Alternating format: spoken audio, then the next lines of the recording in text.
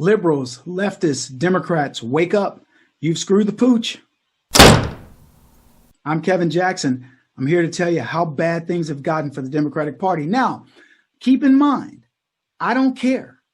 I'm only doing this for educational purposes. I want Democrats, progressives, whatever you call yourselves, I want you to understand how bad you've done.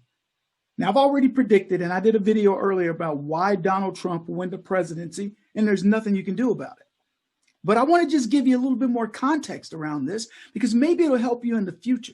So, for example, there are 5 million registered gun owners who registered for the first time in the last 4 years. All of it because of what? The chaos that's in the streets. Now, there are people that are going, oh, Donald Trump, he's so divisive. Here's a reason for this and all this. Look, let me explain to you, folks. This is born of Antifa. This is born of Black Lives Matter, two things that rely on lies. Now, again, I don't want to get banned. I want people to understand. I'd be saying the same thing to Republicans if they were stupid enough to do what the Democrats are doing. And what I'm telling you is when you scare people who have invested in your lie, and you scare them, which is what the Democrats have done, they have scared people in the cities, so much so that there's not just white flight, there's flight. Black folks want to leave. And that's what's happened. Antifa, Black Lives Matter, Portland, Seattle, anywhere that a black man gets shot by a cop, even if the dude deserves it, they got to burn down the cities. They know the truth now about George Floyd. They know the truth about a lot of these cases where they try to make it, oh, the cop, he was out hunting Negroes. Well, they weren't out hunting Negroes. People were doing bad things. Cops responded, blah, blah, blah. The situation in Atlanta, come on, y'all. Old boy tries to get a cop's taser. He tries to get a weapon from a police officer. How bad of a dude is that says there's 2 cops here and I'm going to fight them and I'm going to get that taser to do what? To have coffee? To read along, to do some poetry, some slam poetry? What do you think the dude was going to do? When you get to the point of ridiculousness, you chase people away. And that is exactly what's now happened to the Democrats. 5 million new registered gun owners. I want you to think about that. You got what age you got to get to get a gun? You got to be able to vote. 5 million gun owners. These are people that are saying to you, I don't buy the narrative. I don't buy. I want to feel safe when I'm walking the streets. I want to feel safe in my home. And you know what? I don't feel safe. Democrats are not protecting me. Now, there are people argue, oh, it's happening in Republican-dominated cities. No, it isn't. No, it's not. Maybe you can find the anecdotal, okay, it happened in Joe Schmo and it was a Republican. Most of these cities, let's be honest, come on, y'all. Now, look, lefties, this is not about your politics, man. This is about common sense. I'd be saying this to the Republicans if they ran the cities and they were letting gangs of Tea Partiers just run amok. It's not happening. It's happening in Democrat-controlled cities or controlled cities, Democrat-controlled cities with Antifa, who the Democrats won't even recognize exist, and Black Lives Matter. And when you look at the cases of Black Lives Matter, if you really want to dissect it, there are many flaws. Not going to go into it because YouTube will ban me if I give you too much information. But I'll say to you, go do the research yourself and you're going to figure this out. So what else have the Democrats done? They've made people feel very unsafe. Do you know that now I'm going to get a little sexist here, but women, as a rule, want safety. That's why they've gone with the grunt, caveman, the guy that can show the most protection. That's why women a lot of times won't choose the bad boy because he's not showing that he can help raise a family and he's going to be the safe bet long term. Now, that's not sexist. If you want to think it is, fine. Men choose safety too. They don't always go for that Victoria's Secret model because they know she could be high maintenance. There's no safety in going broke. But people want safety. And they want to feel protected, certainly in their own homes. And you get people sued like the McClotskys or whatever their name was, that white couple in St. Louis, because they're protecting their home. People are watching this stuff, Democrats, and they're going, what are y'all thinking? So you got this whole mass exodus away from the Democratic Party because people don't feel safe. Nor do they feel safe that the Democrats can control the economy. They want to take all this money out of the economy and go give it to where? Nancy Pelosi wants to give a bunch of money to cities who've been burned down by people. And she's like, let's rebuild them. Let's rebuild them. Rebuild them to do what? So you can burn them down again? People are getting sick of this stuff. They're not getting sick of it. They are sick of it. So what else did we have that the Democrats did that chased people away? I'll tell you. Lockdowns, self-imposed slavery, self-imposed segregation. Call it whatever you want. Self-imposed lockdowns. You did it. The Democrats got us to do that. Not me. I went out every day, but the Democrats got people to literally become slaves again, slaves to themselves. Locked down over fake data. The data will come out. Don't worry about it. It'll come out. You can think what you want. If you want to believe in the science, okay, you can believe in the science. But see, I believe in the reality of it. I believe in the reality of people getting sick and not dying. I believe in the reality of people being paid $39,000 to code people to be sick, which is what the hospitals did. People being brought in, hit by cars, gored by antelope. And they said, it was COVID. It was the coronavirus. No, it wasn't. It was paid nonsense. But here's what happened during lockdown. Number one, people got tired of it. They said, all right, I'll sequester myself for a few days. I'll do my civic duty. And then suddenly they went, wait a minute, this is a lot. My whole life changed. My life changed because I no longer go to my job. I don't interact. Maybe you don't even have a job anymore. You lost your job. Then it became, I can't do my job to the level that I can do it at work around other people. There's a lot of interaction. It changed dramatically. Then it was no more parties, no more going out, no more dinners, no more lunches. People missing great-grandparents' funerals and missing anniversaries and missing kids' birthdays and bar and bat mitzvahs and all kinds of stuff, quinceañeras. And they're going, wait a minute, over what? And then they start seeing the ruse of it all. I self-imposed, I locked down. I did it myself. I became a slave to myself. I became a slave to this system. And then they started getting mad. Then they got the mask mandates to match, right? Oh, where's your mask? Where's your mask? And we got divided, right? The nation became divided. You're not wearing your mask and somebody confronts you. How dare you not wear a mask? You're going, what are you talking about? I'm not sick. Why should I be wearing a mask? I'm not sick. You're the one that's scared. Well, I have a pre-existing condition. Fine. Wear your mask. I'm not sick. So that became an issue. And it's just piling on and piling on and piling on. And America's slowly but surely getting some sanity. See, because the more you pay attention, the more you get involved, the more something hurts you. When it starts, first couple days, everybody's cool. Oh, hey, just home chilling with the family, hey. And then suddenly, the kids start getting annoying. The spouse starts getting annoying. Everything's getting on your nerves after a while. You got to spend more time with all these things. And guess what you're not doing? You're not able to get a blow. You can't go out, have dinner. You can't go do such as you couldn't go catch a movie. There was nothing to do. You were left to yourselves. And the worst thing that could happen to a leftist is to be left to themselves, where they got to contemplate life and all these different things and what used to be considered fun. Now, they took away all their fun. Then you can talk about a lockdown, having to educate those kids, those children, those little heathens, those little monsters that the leftists raise. Yeah, they got 24/7 when it's bad enough when you got to be a parent because they don't like being parents. Let's just be honest. They raise little hooligans. They don't like being parents. And so they got their kids and they already got to be, shut up, sit down, put that down. What you doing? Who broke this? They're if they do discipline at all. So they got that. And then they used to get a respite because the kids would go to school for a little bit of time and they could come home and they could love on them for just a minute. I missed you, little Johnny. I missed you too, mommy, before the fight began.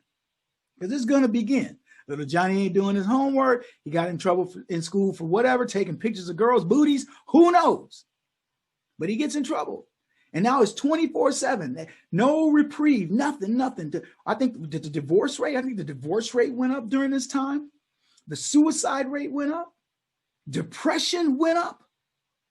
And all these people are going, well, the Republicans, they're not the ones talking about mask mandate. Joe Biden wants us to wear a mask forever. And I would say to these people, I wasn't born with a mask. I want to go out the same way I came in. If I wasn't born with a mask, I'm not going to die with a mask. Let me go. And people started waking up because it was personal. It was personal when they couldn't get toilet paper, when they've been told social distance, things that make you get farther and farther apart from civilization. All the things that they talked about doing are not what you want to inherently do as a human being. You want to get closer to people. You see one of your friends, what's up, baby? Hey, yeah, you give a shrug if it's a dude, fist bump, whatever. You do your thing. If it's a hey, girl, where you been? You give them a big hug, whatever. Couldn't do that. Couldn't go to grandma's house. Couldn't go see people in the hospital. Couldn't see people in old folks' homes. Nothing. They took it all away. And you woke up. You started waking up. Wait a minute. What do you mean I can't go to this? I can't do that, this, that, and the other. I'm used to freedom. And see, that's the long game. Get this new generation used to not being free. Get them on extended periods of time wearing stupid, condoms over their mouths and teaching them not to be social, not to, stay away from your family and your friends. Stay away from the job. No, it can all be virtual. Yeah, you can even have a virtual girlfriend. You can have virtual sex. Do it all. Just stay away from people. That was supposed to make us all good, right? But instead, it made people get more aware. The Democrats don't even know it. And while you had the kids at home, guess what you got to do? You got to look at those lesson plans. And it was one thing when you looked at it and went, whoa, this is third grade work here. They got my 8th grader doing. What's up with this? And then you found out that they had a whole other agenda in there. And there are teachers, let me tell you, they told me this personally, that they said the administration would say, now look, you got to be very careful with those parents, because those parents think that those are their children, and they're not. They belong to us, and we are here to indoctrinate. And they put the full court press on your kids when they were at school. But when you got them at home and you were like, what kind of nonsense is this? This is stuff about sexuality and condoms and on bananas and stuff. And you freaked out. And there was a time when teachers went, we need the parents more plugged in. The parents need to be more plugged into their kids. They bring these little hooligans to our school without a care in the world. And now if you're a plugged in parent, you're a pariah. The school district hates you. And they hate that you were looking at those lessons plans. They would even send out memos internal to themselves to say, hey, look, make sure that the parents are not paying attention to their kids' lesson plans. So we can sneak in all this stuff about sexuality and diversity, equity, and inclusion, because who can function in America without knowing how to be around whites, blacks, Hispanics, and Asians, and a host of other people? What kind of planet are we living on if we believe that people know how to do this in the most diverse country on the planet? And they've been doing it for decades. So they got their agenda, and you became hip to it. So as you became hip to it, more and more people went, number one, my kids aren't learning. I didn't realize how bad my kid read. I didn't realize how bad my kid was at math. I didn't realize my kid knows nothing about government or the solar system or whatever it is that you may be you think they study. They know nothing. You want to know why? Because schools are so focused on social justice agenda. Hey, little black baby, do you understand you were a slave? Do you understand that you are too stupid to learn and that you are dumber than white people and we need to curb your grades? And, you're never going to be anything unless a white person helps you. Go Joe Biden. But it can't be a rich white person with an R after his name, like a Republican. It can't be them, but it could be Joe Biden. The dude who graduated the bottom of his class. He can teach you all about, what it is to be an American. And, he's not racist either. That other guy is. So all these lessons are being parsed and people are finally waking up and going, wait a minute. But here was the biggest lesson, one of the biggest lessons anyway. There's a bunch of others. I'm not going to get to them all because I only have so much time. I mean, look at me. So the other lesson was the NFL, the NBA, Major League Baseball, the former meritocracy, the thing that we teach kids, hey, play a sport. You want to know why? You play a sport because it teaches you teamwork if it's a team sport. If you're into martial arts like I was, it teaches you how to be an individual. You got to train. You got to be prepared to get in the ring, go mano a mano with a person, that kind of thing. That's what you focused on. And every time you put that mouthpiece in, put that cup in, and got in the ring, at least with me, put on them gloves, and you said, let's go at it. You were going to know very quickly whether or not you were ready or not. And that's what it was about. And if you got your butt kicked, you went, wasn't ready, go train. But now we got this whole different thing going with the sports figures because they've done all the work. They've trained, they've done all that stuff. But they say, oh man, Black Lives Matter. You know, we got to be down for the cause. They're not down for the cause. They're down for their money. They're down for what they think is the coolest thing at the time. And guess what? Just like with Black Lives Matter, boop, boop, boop, boop, boop, boop, boop. How's it polling? Bottom of the ocean, whale turds. That's where they float down. That's where they are. And it's polling the same way that the gun sales are rising. How's the NBA polling? I haven't watched the game in a long time. Up until a couple of days ago, I couldn't even tell you who was in the finals. You want to know how I can tell you who's in the finals now? Because I looked to see the ratings. I looked to see what are the ratings because I knew they would dropping like it's hot, man. So you got the numbers just going down, and it is a sign of the number of people buying guns. See, all these are, forget it's the NBA and, oh, the numbers are dropping. 68% less people watch what? Game 1, game 2, and game 3. Doesn't really matter. Dropping watching the NBA. And they go, oh, well, there's a reason. We didn't have the right matchups. Sorry, this is the finals.